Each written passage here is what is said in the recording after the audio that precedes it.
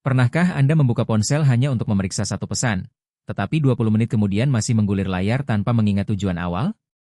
Anda sedang membaca buku, lalu tiba-tiba ingin melihat notifikasi.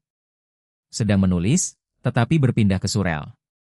Sedang berbicara dengan keluarga, tetapi tangan tetap mencari ponsel.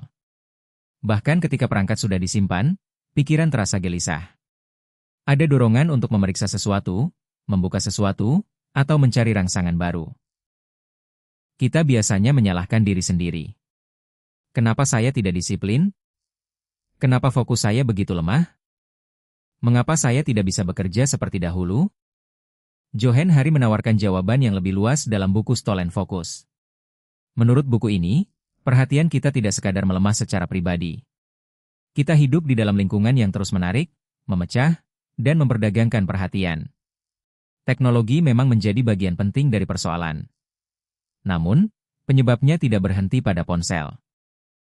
Kecepatan hidup, tekanan kerja, kurang tidur, stres, pola makan, berkurangnya waktu bermain, dan berbagai kondisi sosial juga ikut membentuk krisis perhatian.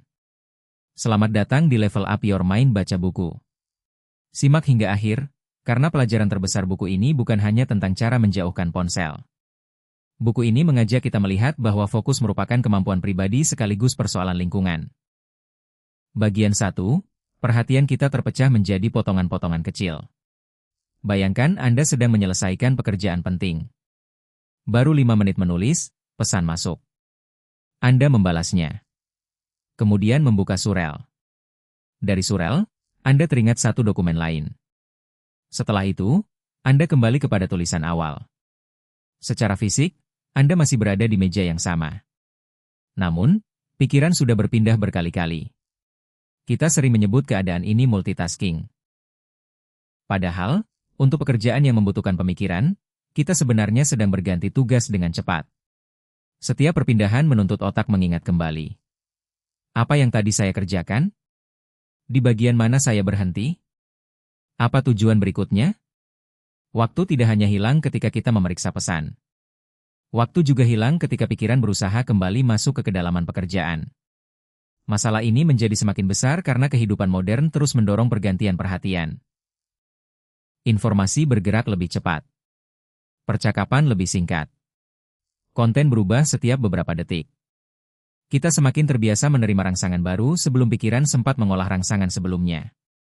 Akibatnya, kegiatan yang lambat, membaca, menulis, belajar, mendengarkan, dan merenung, mulai terasa berat.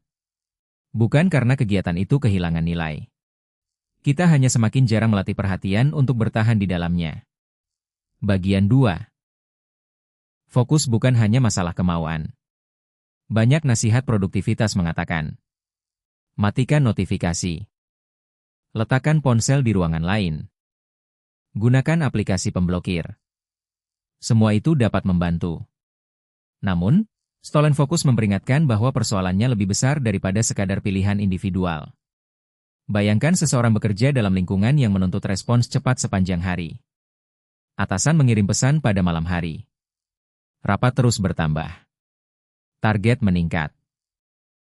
Pekerjaan tidak pernah benar-benar selesai. Dalam keadaan seperti itu, menyuruhnya untuk lebih disiplin tidak menyentuh akar persoalan. Demikian pula aplikasi digital. Banyak platform dirancang agar pengguna bertahan selama mungkin. Semakin lama perhatian diberikan, semakin banyak data dan peluang iklan yang dapat dihasilkan. Artinya, pengguna tidak hanya berhadapan dengan kelemahan pribadi.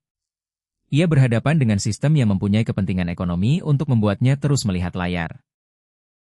Karena itu, buku ini mengambil jarak dari penjelasan yang hanya menyalahkan individu.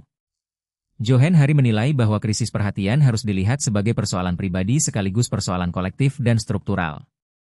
Kita tetap bertanggung jawab mengatur kebiasaan. Namun, tanggung jawab pribadi tidak boleh digunakan untuk menutupi lingkungan yang memang dirancang agar sulit ditolak. Bagian 3, kecepatan membuat kedalaman menghilang.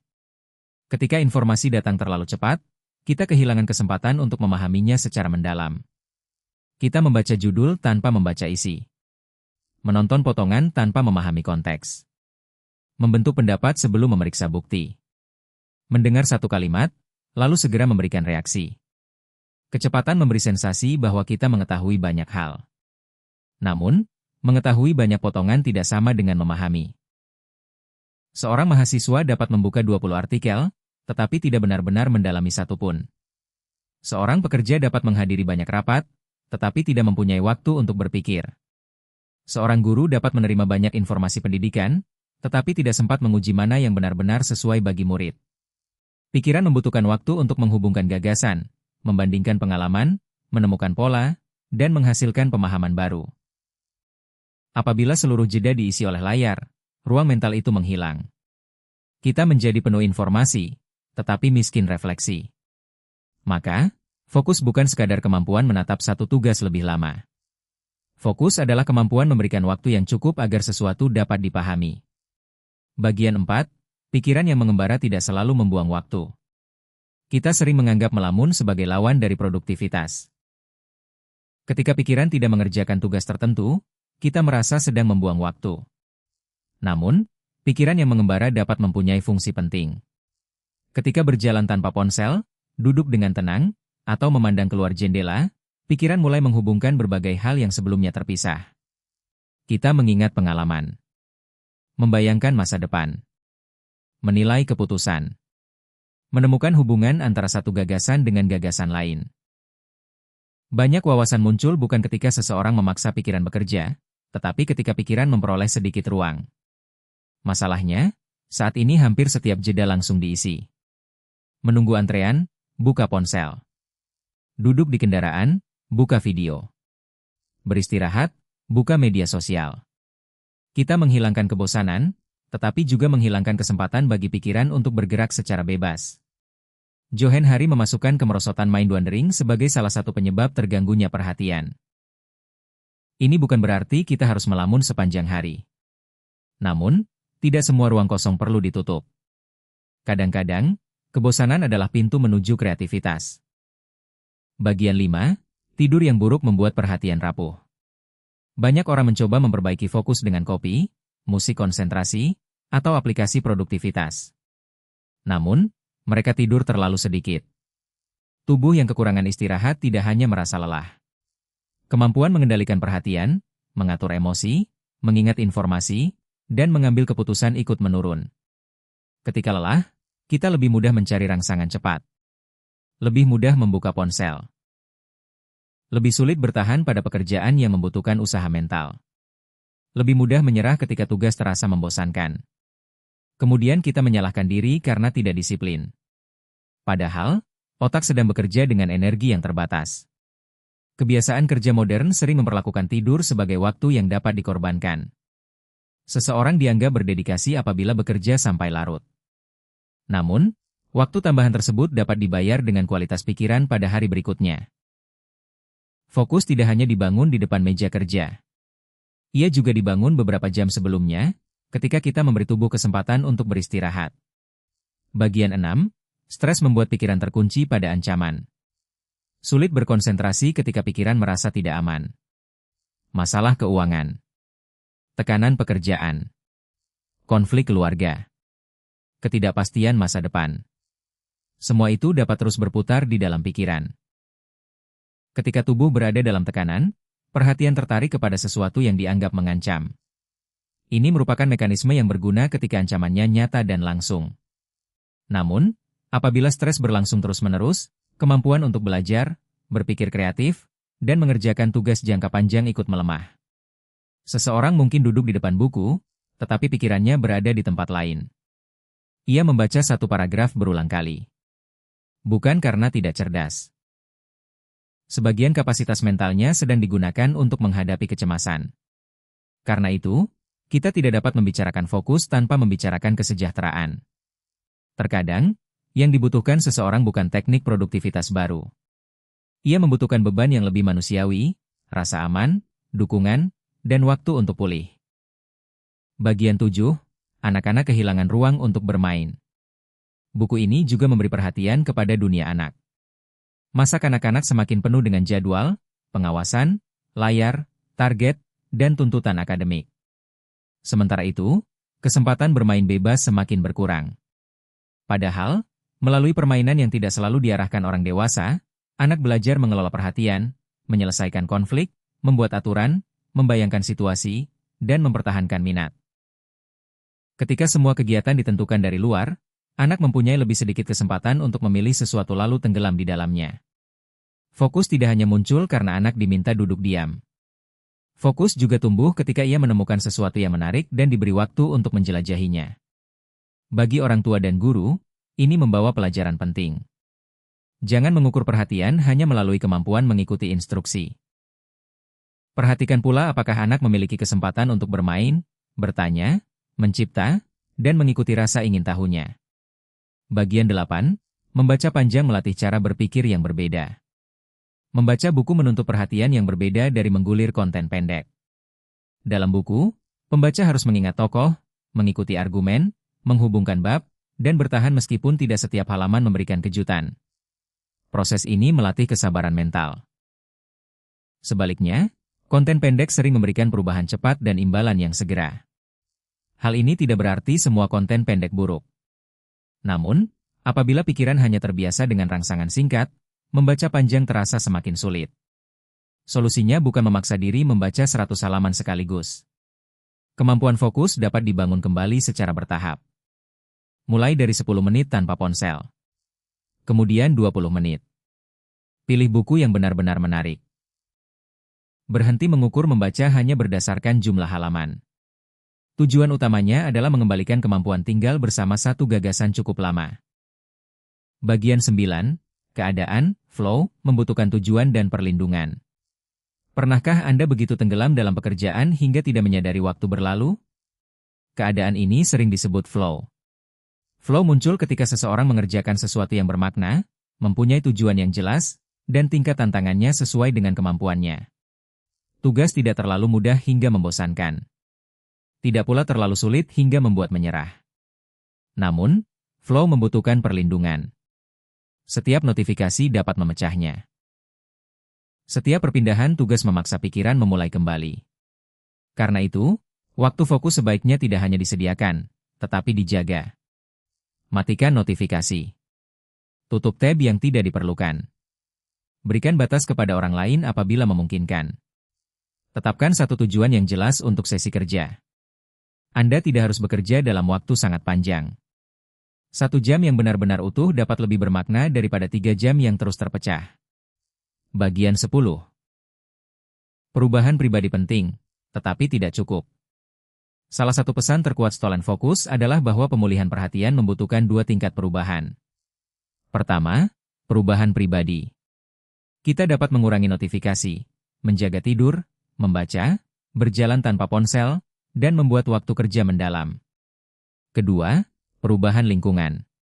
Tempat kerja perlu meninjau budaya selalu tersedia. Sekolah perlu melindungi ruang bermain dan pembelajaran mendalam. Platform digital perlu didorong agar tidak hanya mengejar waktu keterlibatan pengguna. Masyarakat perlu mengakui bahwa perhatian merupakan sumber daya manusia yang berharga. Johan Hari tidak menolak usaha pribadi, tetapi menolak anggapan bahwa semua masalah dapat diselesaikan hanya dengan kemauan individu. Buku ini memandang perhatian sebagai sesuatu yang dipengaruhi oleh ekosistem sosial, ekonomi, teknologi, dan kesehatan. Kita perlu membangun pertahanan pribadi. Namun, kita juga perlu mempertanyakan mengapa begitu banyak hal di sekitar kita terus menyerang perhatian. Langkah praktis. 1. Ciptakan 1 jam tanpa gangguan. Pilih satu waktu setiap hari untuk bekerja, membaca, atau belajar tanpa notifikasi. Mulailah dari 30 menit apabila 1 jam terasa terlalu berat. 2. Buat ponsel lebih sulit dijangkau. Letakkan di ruangan lain atau di dalam tas. Jangan mengandalkan kemauan ketika perangkat selalu berada di depan mata. 3. Kurangi perpindahan tugas. Selesaikan satu bagian pekerjaan sebelum membuka tugas berikutnya. Kelompokkan waktu untuk surel dan pesan. 4. Lindungi tidur. Tentukan waktu berhenti menggunakan layar pada malam hari. Jangan menukar kualitas perhatian esok hari dengan hiburan tanpa batas malam ini. 5. Sisakan waktu tanpa rangsangan. Berjalan, duduk, atau menunggu tanpa selalu membuka perangkat. Biarkan pikiran mengembara. 6. Latih membaca panjang. Baca buku selama beberapa menit setiap hari tanpa berpindah aplikasi. Tambahkan durasinya secara bertahap. 7. Bicarakan lingkungan kerja dan keluarga.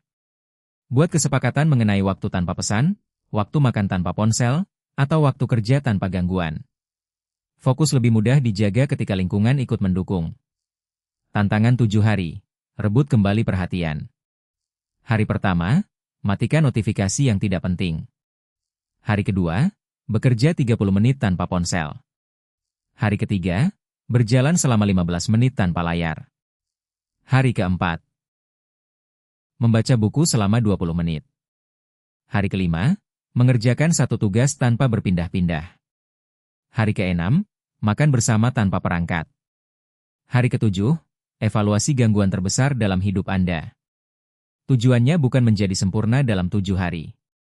Tujuannya adalah menyadari kemana perhatian pergi dan mulai mengambil kembali kendali atasnya. Pesan terbesar Stolen Focus bukan bahwa ponsel adalah musuh tunggal. Bukan pula bahwa kita sepenuhnya tidak berdaya. Pesannya adalah bahwa perhatian kita dibentuk oleh banyak kekuatan.